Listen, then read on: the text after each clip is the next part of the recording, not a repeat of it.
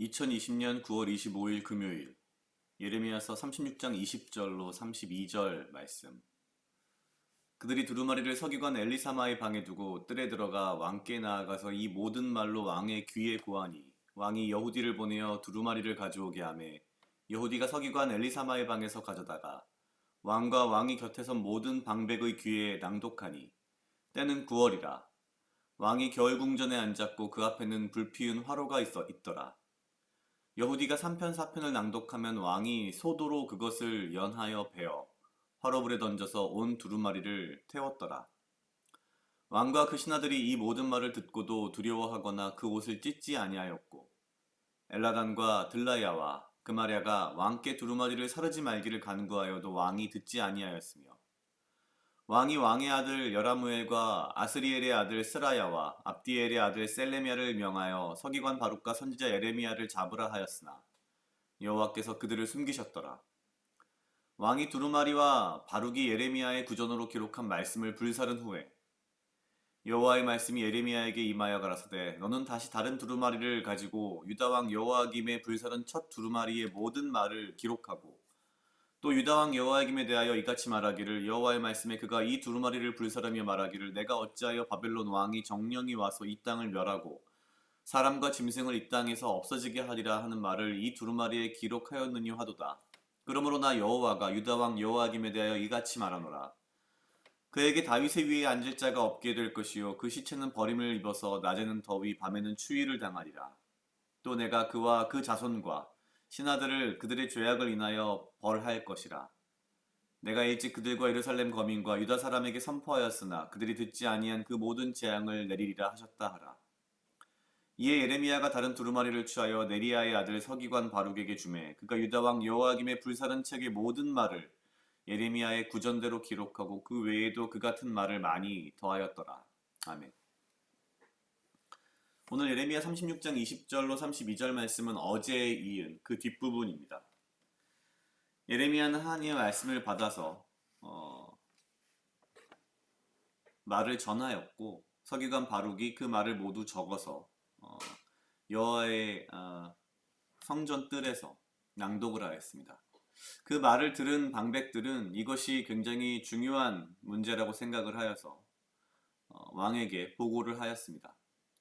오늘 시작하는 20절에 보면 그들이 두루마리를 서기관 엘리사마의 방에 두고 뜰에 들어가 왕께 나아가서 이 모든 말로 왕의 귀에 고하니라고 되어 있습니다. 그들은 왕이 이 두루마리를 없애버릴 것이라는 것을 어느 정도 예상을 했던 것 같습니다. 그렇기 때문에 이것을 일부러 방에 두고 가서 말로 전한 거겠죠. 그럴 만한 이유가 앞에서도 나왔던 이야기지만 이미 예레미야 이전에 예레미야와 같은 내용의 예언을 했던 우리야라고 하는 선지자가 있었고 그 사람은 심지어 왕에게 쫓겨서 이집트까지 도망을 갔는데 굳이 그것을 또 이집트에서 잡아와서 죽였습니다. 사실 지금 여호야김은 그다지 별로 무서울 게 없는 상황인 것 같습니다. 인간적인 어떤 지혜로 이야기하자면 당대의 가장 최강국인 이집트를 등에 업고 이스라엘의 유다의 왕이 되었고 또한 이집트가 워낙 본인에게 뭐랄까요 호의적이라고 판단을 하고 있었으며 바빌론이라고 하는 신흥 강국이 등장은 했으나 이집트와 전쟁 중이었던 것 같은데 내지는 이제 막 전쟁이 끝났을 정도의 시기였던 것 같은데 아마도 이집트가 어떻게든 바벨론을 막을 것이다 내지는 만약에 이스라엘이 바벨론의 침공을 받으면 이집트가 도와줄 것이다 라는 그런 생각을 했던 것 같습니다. 그렇기 때문에 바빌론에 항복을 해라 라는 이런 예레미야의 예언은 그에게는 굉장히 턱없는 이야기였고 또한 세상적으로 말하면 세상 물정을 모르는 이야기에 불과했을 것입니다. 지금의 유다 왕국을 둘러싸고 있는 국제 정세는 사실 인간적으로 인간의 지혜로 본다면은 어쩌면 여호야김의 판단이 맞았을 수도 있기 때문이죠. 그러나 중요한 것은 인간적인 지혜도 아니고 당시에 대한 상황의 판단도 아니며 국제정세에 대한 이해도 아니라는 것입니다. 오늘 이 말씀의 가운데에서 가장 놀라운 부분은 사실 36장 24절입니다. 왕과 그 신하들이 이 모든 말을 듣고도 두려워하거나 그 옷을 찢지 아니하였고, 사실 여호야김의 아버지가 되는 선대 요시야 왕 때는 율법을 다시 찾게 되어서 그것을 낭독을 하자 그것을 들은 요시야가 옷을 찢고 회개를 하며 신하와 모든 백성들에게 회개할 것을, 금식할 것을 촉구하는 이제 그런 상황들이 벌어졌던 것과 비교해 본다면 오히려 여호야김은 두루마리를 칼로 쪼개서, 칼로 베어서 그것을 조각조각을 낸 다음에 불에 태워버리는 거죠. 아마도 단순히 그렇게 보았을 수 있을 겁니다. 첫 번째는 자신의 권위를 드러내며, 또한 자신의 판단과 이스라엘 유다 왕국의 안녕이 매우 견고하다라는 것을 신하들과 모든 백성들에게 당당하게 보여주고 싶었을 겁니다. 또 한 가지는 이러한 예레미야의 예언이 단순한 저주다라고 생각을 해서 그 저주를 내가 끊어 없애버리겠다라는 그런 어떤 의지였을 수도 있습니다. 그런데 중요한 것은 예레미야가 낭독한 그 두루마리의 내용엔 그들의 죄와 그들이 회개해야 한다는 사실을 분명히 적시하고 있었는데, 그러한 본인들의 죄에 대해서는 전혀 관심이 없었고, 회개하지 않으면 안 된다, 바벨론이 이 땅에 들어와서 너희를 심판할 것이다 라고 하는 것이 그들에게는 더 마음에 와닿았던 것입니다. 그러니 그러한 예언을 받아들일 수 없는 거였죠. 왜냐하면 자기들은 확실하게 바빌론을 제재할 수 있고 억제할 수 있다라고 믿고 있었으며, 그러한 충분한 많은 외교적인 그리고 현실적인 정치적인 노력들을 했다라고 보고 있었기 때문입니다. 중요한 것은 현실에 대한 판단, 현실에 대한 이해, 현실에 대한 능력이 아니라 사실 오늘 등장하는 여호야김과 그의 신하들이 보여주고 있는 본인들의 죄에 대한 무감각이라는 것이죠. 오늘 말씀을 보면서 내 자신에게, 나에게 두루마리는 무엇인가? 오늘 나에게 하나님께서는 어떤 말씀을 하시는가?